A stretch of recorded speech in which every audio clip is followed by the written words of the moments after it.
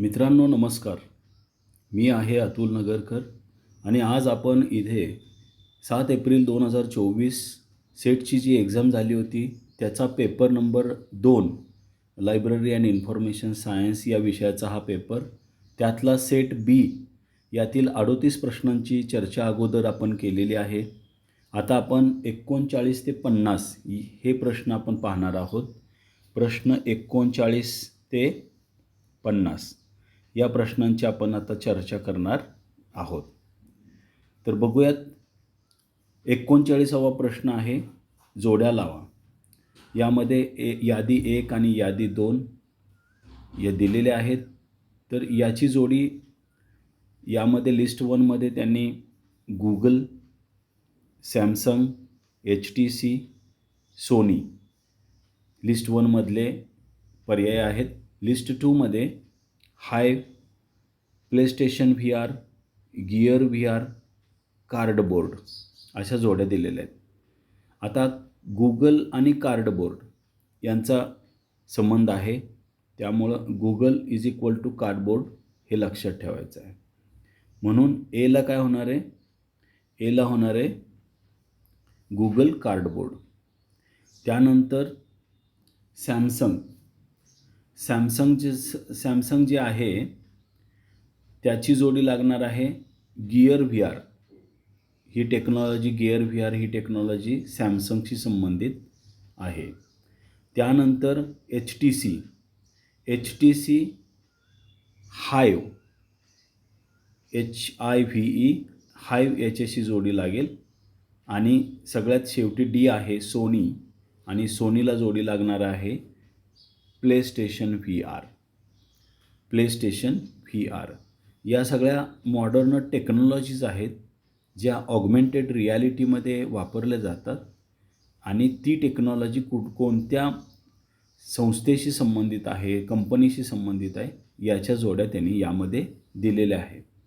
तर जोडी ABCD या लिस्टमध्ये ज्या जोड्या लागलेल्या आहेत त्या आहेत एला 4, त्यानंतर Bला 3, त्यानंतर Cला 1 आणि Dला 2. तर B हे उत्तर काय आहे? बरोबर आहे. पुढचा प्रश्न बघूयात. प्रश्न क्रमांक 40. आता हा जो प्रश्न आहे, हा प्रश्न जो आहे तो 40वा प्रश्न, असर्शन आणि रिझन असं दिलेले आहेत. तर विधान वाचतो पहिल्यांदा. 1995मध्ये फेडरेशन नॅशनल काउन्सिलने इंटरनेटला ग्लोबल इन्फॉर्मेशन सिस्टम म्हणून संबोधले आहे. In 1995 the federation national council referred the internet as global information system.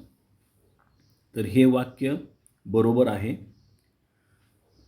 कारण FNC या संस्थेने याला ग्लोबल इन्फॉर्मेशन सिस्टम असं संबोधलं आहे.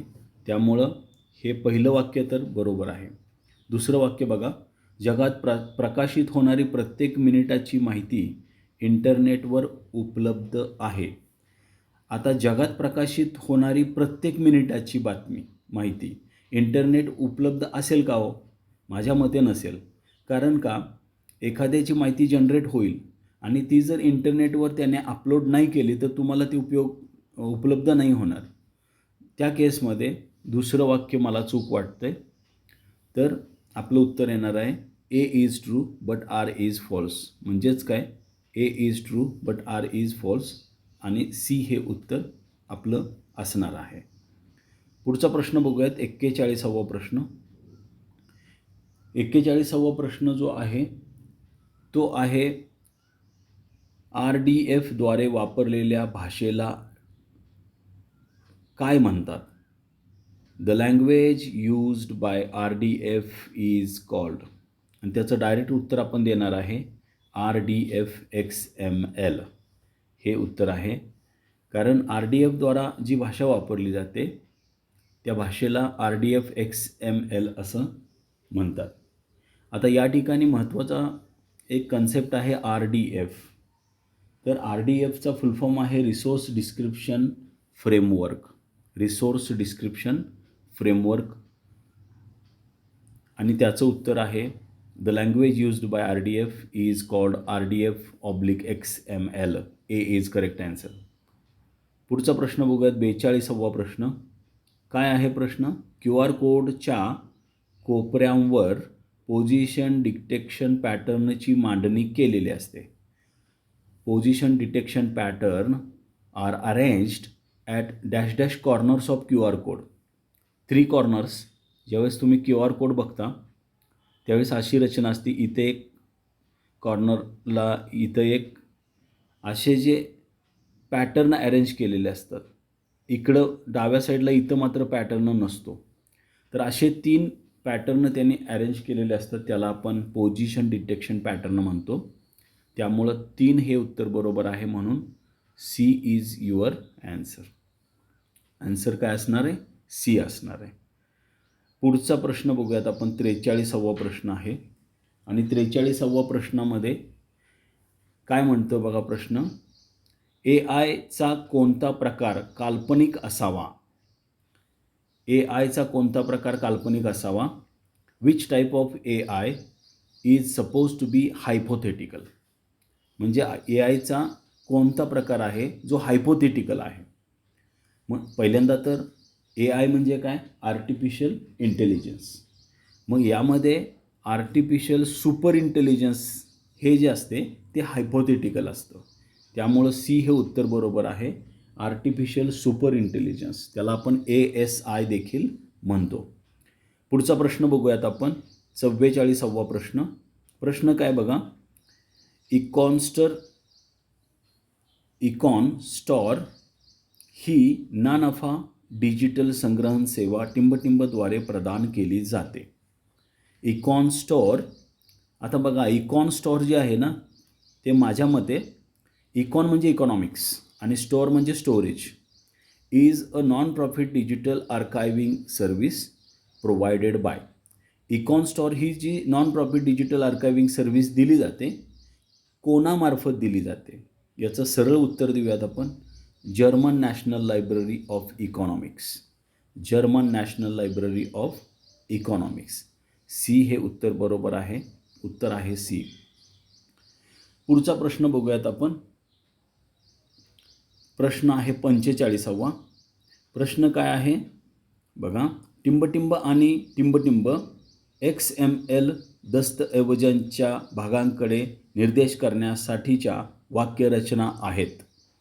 Dash dash and dash dash are syntaxes for pointing to parts of an XML documents. तर यामध्ये 2 उत्तरं बरोबर आहेत. आणि एक्स पॉइंटर हा असतो XMLमध्ये. आणि x pointer it is a bit like URL. X pointer हा थोडा URL सारखा असतो. URL म्हणजे काय? Uniform resource locator. जे वेब ॲड्रेस जे असतात ना, www.unipune.ac.in, याला आपण URL म्हणतो, बरोबर. तर एक्स पॉइंटर तेच काम करतो. त्याच्याबरोबर आता हे X pointer and dash are syntaxes. आता दुसरा सिंटॅक्सेस कुठला आहे तो आपल्याला बघायचा आहे, आणि तो आहे CSS आहे, जो XML डॉक्युमेंटमध्ये वापरला जातो. आता CSSचा फुल फॉर्म आहे cascading style sheet. CSS, cascading style sheet. त्यामुळं उत्तर काय असणार आहे? 1 आणि 4 बरोबर. 1 and 4 करेक्ट. कुठं आहे? उत्तर आहे बी. 1 and 4 आर करेक्ट. उत्तर आहे बी. 1 and 4 आर करेक्ट. पुढचा प्रश्न बघूयात आपण. 46वा प्रश्न. प्रश्न आहे डायटी, इलेक्ट्रॉनिक्स आणि माहिती तंत्रज्ञान विभाग यांनी खालीलपैकी कोणत्या एजन्सीला centre for excellence for digital preservation नावाचा प्रकल्प प्रदान केला आहे? पुन्हा एकदा वाचतो. DeitY, department of electronics and information technology has awarded the project entitled centre for excellence for digital preservation to which of the following agencies. म्हणजे या 2 एजन्सी यांनी काम केलेलं आहे आणि यांना अवॉर्ड मिळालेला आहे. त्या 2 एजन्सी कुठल्या आहेत? अवॉर्ड कुठला आहे? Centre for excellence for digital preservation. आणि यातली पहिली संस्था आहे सिडॅक पुणे, आणि दुसरी संस्था आहे CDAC Noida. 1 and 3 are correct. इथे सीडॅकचा फुल फॉर्म असा होतो, centre for development of advanced computing. Centre for development of advanced computing. तर या ठिकाणी A and 3 आर करेक्ट आणि असा ऑप्शन आहे बी ऑप्शन. बी ऑप्शन तुम्ही पाहायचं आहे आणि 1 and 3 are correct. CDAC Pune and CDAC Noida has awarded. Okay, पुढचा प्रश्न बघूयात आपण. प्रश्न क्रमांक 47. खालीलपैकी कोण IAAS प्रदान करते? IAS म्हणतो आपण त्याला, प्रदान करते. Which of the following provides IAS? IAAS. ठीक आहे. तर पहिल्यांदा तर IAAS हे काय आहे? तर infrastructure as a service. Cloud कॉम्प्युटिंगचा ही एक टर्म आहे. इन्फ्रास्ट्रक्चर ॲज अ सर्व्हिस, त्याला आपण IAAS असं म्हणतो. याच्यामध्ये which of the following provides IAS? हा प्लॅटफॉर्म कोण प्रोव्हाइड करतं असा प्रश्न आहे. आणि त्याच्यामधलं मोठं नाव आहे ते रॅकस्पेस आणि ॲमेझॉन वेब सर्व्हिस, त्याला आपण AWS असं देखील म्हणतो. त्यामुळे 1 आणि 4 जिथं 1 and 4 आर करेक्ट असेल ते उत्तर असणार आणि बीमध्ये ते उत्तर आहे. परंतु ड्युरास्पेस आणि लिबलाईन हे काय आहे हे पण आपल्याला माहिती असायला हवे. त्यामुळं याचा डीस्पेस काय हो? ड्युरास्पेस म्हणजे आपण बघा लायब्ररीमध्ये जे डीस्पेस सॉफ्टवेअर वापरतो ना, तर ते सॉफ्टवेअर ड्युरास्पेसवाल्यांचं आहे. म्हणजे ती एक नॉन प्रॉफिट ऑर्गनायझेशन आहे. ठीक आहे. आणि लिबलाईन काय आहे हो? It provides libraries around the world. म्हणजे जगातल्या बऱ्याच लायब्ररीना आणून त्यांची सर्व्हिस देण्याचं काम हे लिबलाईन करतं. हा एक मोठा प्लॅटफॉर्म आहे. परंतु IAS किंवा इन्फ्रास्ट्रक्चर ॲज अ सर्व्हिस देणारी किंवा प्रोव्हाइड करणाऱ्या 2 मोठ्या एजन्सीज कोणत्या आहेत? तर त्या आहेत रॅकस्पेस आणि ॲमेझॉन वेब सर्व्हिस. म्हणून उत्तर असणार आहे बी. 1 आणि 4 बरोबर आहे. पुढचा प्रश्न बघूया. प्रश्न 48. जोड्या लावा. आता बघा, याच्यामध्ये मगाशीच आपण चर्चा केली होती. ॲमेझॉन वेब सर्व्हिस जे की तुम्हाला काय करतं? IAS पुरवतो, म्हणजे इन्फ्रास्ट्रक्चर ॲज अ सर्व्हिस पुरवतं. आणि इथं जोड्या लावायला पण तो प्रश्न आलेला आहे, ॲमेझॉन वेब सर्व्हिस. परंतु ती पैसे घेऊन तुम्हाला क्लाउड पुरवतात. त्याच्यामुळं Amazon web service it is a proprietary. Proprietary म्हणजे काय? It is being served by payment. म्हणजे फ्री नाही आहे, हे लक्षात घ्यायचं आहे. युकॅलिप्टस ह्याची जोडी लागणार आहे GPLv3 या टेक्नॉलॉजीशी. त्याच्यानंतर ओपन स्टॅकची जोडी लागणार आहे अपाचे 2. आता ओपन स्टॅक जे आहे ते ओपन स्टॅक जे ओपन सोर्समध्ये काम करते, हे पहिल्यांदा सगळ्यात महत्त्वाचं आहे. आणि अपाचे 2 हा त्याच्यामध्ये वेब सर्व्हर वापरला जातो. त्याच्यामुळं ओपन स्टॅकची जोडी अपाचे 2ला लागते. ठीक आहे. आता डी जो आहे तो आहे गिगास्पेसेस क्लाउडीफाय. आता याच्यामध्ये गिगास्पेसेस क्लाउडीफायमध्ये तुम्हाला तुमची जोडी लागणार आहे ओपन सोर्स अशी. गिगास्पेसेस क्लाउडीफाय हा देखील प्लॅटफॉर्म ओपन सोर्स प्लॅटफॉर्म आहे. त्याच्यामुळं याची जोडी देखील ओपन सोर्सशी लागणार आहे. म्हणून तुमचं उत्तर कसं येणार आहे बघा. एला 2, बीला 1, सीला 3 आणि डीला 4.